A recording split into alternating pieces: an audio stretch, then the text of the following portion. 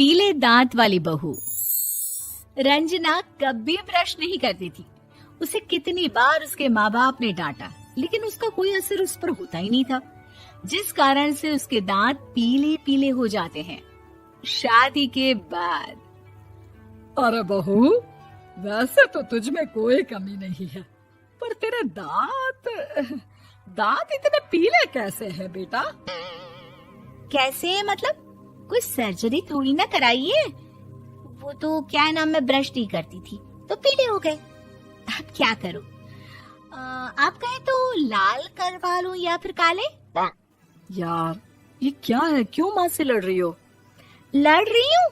अरे मैं लड़ रही हूँ या ये बोल रही है कि दांत पीले हैं, पीले। अरे तपस्या थोड़ी ना की है इन्हें पीले करने के लिए। बकायदा ब्रश नहीं किया है 20 साल तक, तब जाकर। छी, कैसी बात कर रही हो? ये उस वक्त तो पीले नहीं थे जब हम लोग तुम्हें देखने आए थे। अरे तब साफ करवा लिया होगा डेंटिस्ट के पास जाकर। अब देखो कैसे पीले पीले लग रहे हैं। रंजना सास की तरफ गुस्से से देखती है। फिर शुरू हो गई पीले पीले पीले। अरे पीले तो तब भी थे जब मेरे हाथ का रसगुल्ला उड़ा उड़ा कर खा रही थी और बोल रही थी, लड़की नहीं गुणों का खजाना दे रहे भाई साहब आप। खैर, अब वो लोग करते भी तो क्या करते, पीले दांत वाली बहू पल्ले पड़ी थी तो झेलना तो था ही। एक दिन कीर्तन में रंजना गाना गा रही थी। अरे कमला बहन, माँ का द्वार है, यहाँ तो सब शुद्ध होकर आते हैं, फिर अपनी बहू को ब्रश भी नहीं करवाती तुम। दूर से पीले पीले दांत भक्ति में बाधा उत्पन्न कर रहे हैं। अरे कोई 2 साल के बच्चे थोड़ी ना लेकर आई हूँ मैं बहू बनाकर। अच्छी खासी लड़की है, अरे कैसे करवाऊं ब्रश? ये तो उसे खुद करना चाहिए ना। अब माँ बाप तो इसके जैसे तैसे निपटा दिए, ये नहीं सोचा कि सास कैसे संभालेगी। सास बहू को लेकर घर आ जाती है, लेकिन सोच लेती है कि अब इसे लेकर कहीं नहीं जाएगी। अगले रोज बहू कहती है, अरे क्या हो गया, मंदिर नहीं जाना क्या? कीर्तन का वक्त हो रहा है। मेरी मधुर वाणी से कान्हा जी जागते हैं और सोते हैं। आप तो जानती है ना उनकी भक्ति में कितना मन लगता है मेरा। वो क्या है ना, तबीयत ठीक नहीं लग रही है मेरी, आराम करूंगी मैं। तबीयत ठीक नहीं लग रही? अभी तो मिथुन के गाने पर नाच रही थी आप, और अब बोल रही है कि तबीयत ठीक नहीं लग रही। अरे भक्ति में मन लगा लो सासू माँ, ऊपर जाना है, क्या मुंह दिखाओगी आप? हाँ? सास को बहू की बात पर गुस्सा आ जाता है। मैं क्या मुंह दिखाऊंगी, इसकी चिंता तो ना कर, समझी? अपने मुंह की चिंता कर, जो ये पीले पीले दांत लेकर हर जगह पहुंच जाती है। पता है लोग कितना मजाक बनाते हैं। ना जी ना, मैं नहीं जाना कहीं तेरे साथ।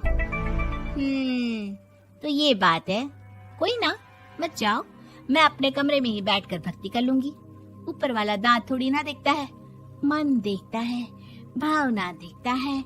और अरे बस बस, तू सब कुछ दिखा, बस ये सफेद चमकदार दांत ना दिखाना किसी को, है? जा यहाँ से। बहू को सास की बात का कोई फर्क नहीं पड़ता, वो तो जैसी थी वैसी ही रह जाती है। सुबह नहाकर किचन में खाना बनाना, फिर खाना खाना, कीर्तन भजन करना और सो जाना। एक दिन, माँ जी मैं सहेली के घर जा रही हूँ, शाम को लेट आऊंगी। हाँ हाँ तो जाना, मैंने कौन सा तेरी आरती करनी है घर पर बैठकर। रंजना सहेली के घर जाती है, जहाँ वो पार्टी में जाने की तैयारी कर रही होती है।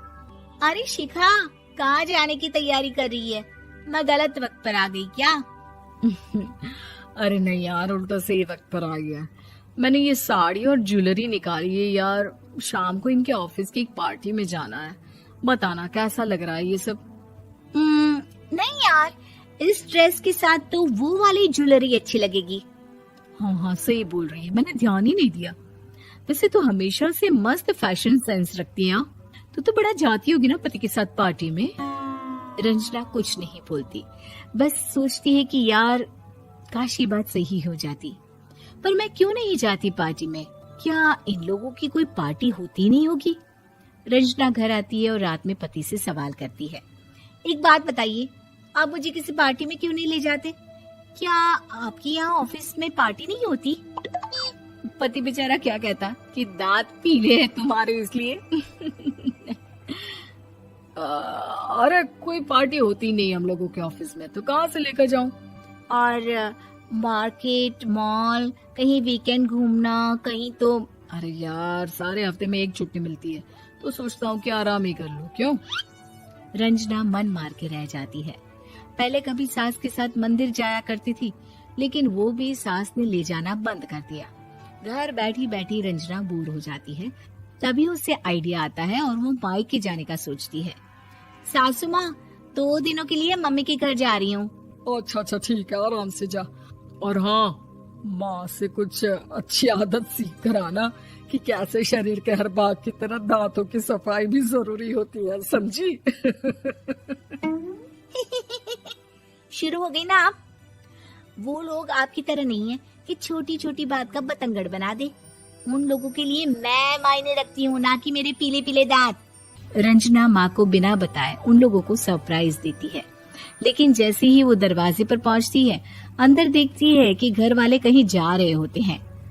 अब माँ, काश रंजना दीदी के दांतों वाली प्रॉब्लम नहीं होती, तो वो भी हम लोगों के साथ चलती ना बुआ जी की बेटी की शादी में। हाँ बेटा, लेकिन अब उसे कौन समझाए कि उसको उसके पीले दांत नहीं दिखते, लेकिन उसके आसपास के लोगों को कितना एम्बैरेसिंग फील कराते हैं। मुझे तो कितनी बार उसके स्कूल की टीचर ने शिकायत की कि उसके साथ कोई लड़की बैठना भी नहीं चाहती, और ना ही कॉलेज में कोई उससे बात करना चाहता था। लेकिन पता नहीं क्यों उसे ये बात समझ में ही नहीं आती। कोई कमी नहीं है उस लड़की में, बस यही कि दांत पीले हैं।